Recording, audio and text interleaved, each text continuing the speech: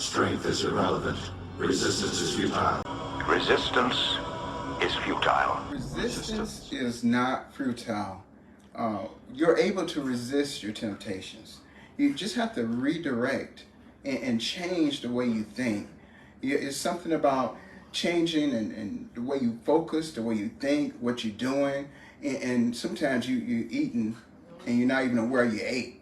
You might start with a small amount from a big bag, and then if you ain't careful, the whole big bag is gone, whether it's chips or cookies or whatever it is. And if you can't change the way you think, then you're gonna always do the same old thing. You know, it's insanity to do the same thing and expect different results. Krista, how you doing with your weight loss, and how you doing, and what's the plan? Well, you was telling me something earlier. Well, I try to stick to my 100 carbs a day, and I try to exercise pretty much every day. And a person with thyroid issues, sometimes it's harder for us to actually lose weight. But with this plan, you can at least lose 10 pounds a month, even with having thyroid issues. And you're not even really killing yourself to do it. Like back in the 90s, I know we've talked about this before, but back in the 90s era, it was all about everybody being double zeros, blah, blah, blah, and not a healthy sense of,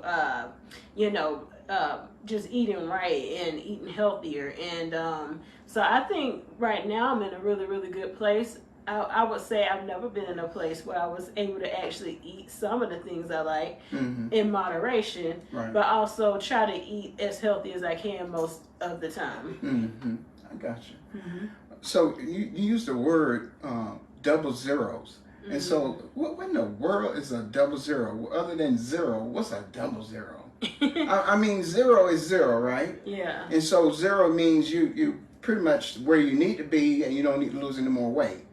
So what is a double zero basically saying, now I'm a skeleton? What does double zero mean? It basically is a skeleton. It is a skeleton. Yeah, it basically is. Because if you go back to the days where Paris Hilton was the queen of the ideal body type, and even looks wise, she was what you would call probably something like a double zero. Okay, so double zero is lack of body fat. Yeah. And just skin and bone, pretty much. Basically like a boyish type figure. Oh. Yeah. Okay, no I got curves. you.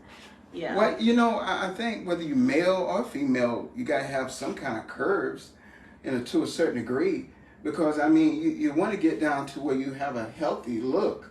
I think weight loss in general is about being healthy.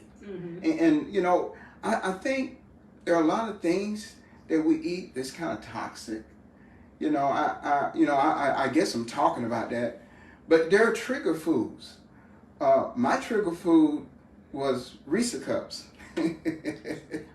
Yeah, it's something about a Reese cup that I just had no resistance.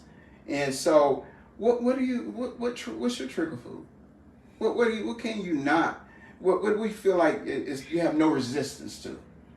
Okay, the one thing that I want, that I try not to put myself with, is a Debbie snack. It's the weirdest thing. I can bypass cookies, brownies, ice cream, the most decadent desserts that any chef could make, but a Debbie snack will probably get me in the ring with me, and we're gonna fight. It's kind of, and Oreos. One person's treasure is another person's trash, and vice versa.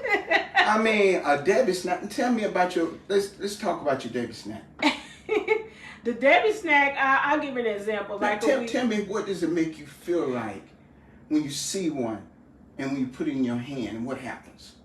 It's like, I don't know. Sure. It could remind me of my ex-husband, because when... What? Because this is the thing. Wait a minute, you should have hated Debbie snacks if you were ex. But it's not that I think about him. It's just we ate them and it made me happy. Even though I was sad, hate made the me food. happy. You know what I'm saying? Hate the food, not the person. Yeah. So go ahead and tell me about this. My mom would never feed us Debbie snacks as kids. Like that. Because we it's like bought big them. no-no. Yeah, Mom didn't give us, she didn't even really give us a lot of desserts. So my newfound desserts happened because me, I found the dessert. Not just you, but me. Yeah. Mom didn't. I can't blame my parents for that. They didn't. I still don't know what Debbie snack. You ain't said what Debbie snack Oh, Is it- anything. Mostly the cream filled. Okay, okay. Zebra cakes, Oh, Easter cakes, what's Christmas trees. What's the worst?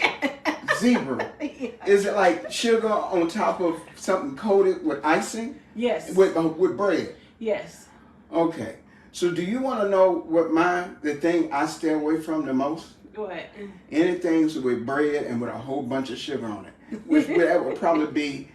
Do you know if you just gotta have something? How about just skipping that altogether? Finding another favorite food. Maybe that food is it. Let me ask you, how many weeks we got left? At least 3 weeks, right? Yeah. How about for the next 3 weeks? Can you tell the people in the audience that you're gonna resist anything that says Debbie on it? Yes. And matter of fact, the first 2 months that we did this, I didn't have a Debbie snack. It was 2 weeks ago. Me and my kids were kind of running late, and I went in the store to get them Debbie snacks. And then I decided to get myself a Slim Jim. A Slim Jim is the healthiest thing. You decided to step into a Slim Jim.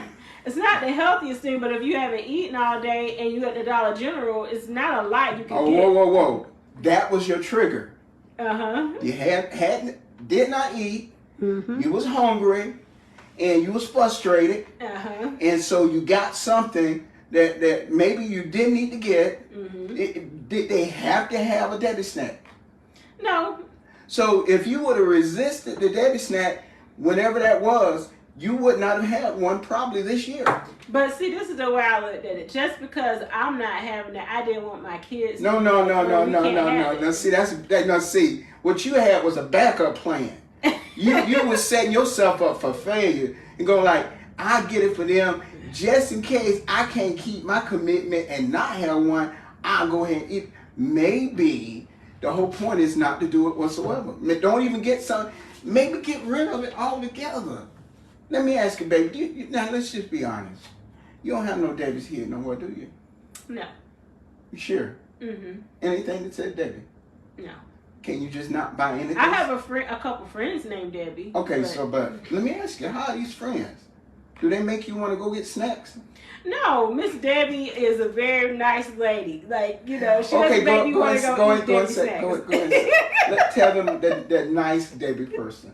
Miss Debbie Stern. Debbie Stern? Yes. Okay. So Debbie Stern is a very good, what you call it? Main thing, she helps you to stay kind of balanced. She's a very balanced lady. So not all Debbies are bad. No, they aren't. But they all aren't created equal either. No. Because there was one Debbie that got you hooked. Isn't that right? Yes. And she was little. Yeah. Maybe you just stay away from anybody that's little and named Debbie. But she's kind of little. Her name's Debbie. No, I mean like young. Yeah. Okay. You mean young, like on a box. Okay. Yeah. That's the kind of Debbie you need to stay away from. Yeah. All right. So we know now that Debbie snacks is your trigger food. Yeah, it is. It is. Okay. So maybe if you resist small points at a time, say to yourself, okay, I'm gonna skip Debbie snacks until April the 3rd. I truly don't even have to have it then, because I went 2 months without them. Well, I had one. It was 2 weeks ago, and I don't have to have them. No, but this is what I'm saying. If you got a trigger food, figure out what that trigger food is, and instead of having it when you want to have it, you say, I'm gonna wait until a certain day, and I'm only gonna buy one of that food, or a small amount of it, and then if I have it then, and maybe go another 2 or 3 months without it. And if you really don't need them, but you protest too much. Yeah, I really don't, because if I wouldn't be able to go right now without them if I was addicted to. I'm not addicted to them anymore. When I got it that day, it's because I was hungry. See, that's the trigger. Never go in a store hungry ever. So that's the problem. Okay, now this is what I'm gonna do, just to see how strong you are. I'm gonna buy the Debbie snack I can think of. I'm gonna fill this entire table up with the Debbie snacks, but you can't have none of them. Okay. You think you'll be all right? Yeah. Okay, that's called aiding and abetting. You know, Yeah, I'm good. And no, I wouldn't do that to you. And so what I'm saying is, how do you know that your kids, you might be adding and abetting them into slowly wanting to eat daily snacks and being hooked on them? We got to look at life as there are certain things in our life that we have to have and certain things that we probably don't need. And maybe treat yourself. Well, you know what? Resistance, we've learned, is not futile.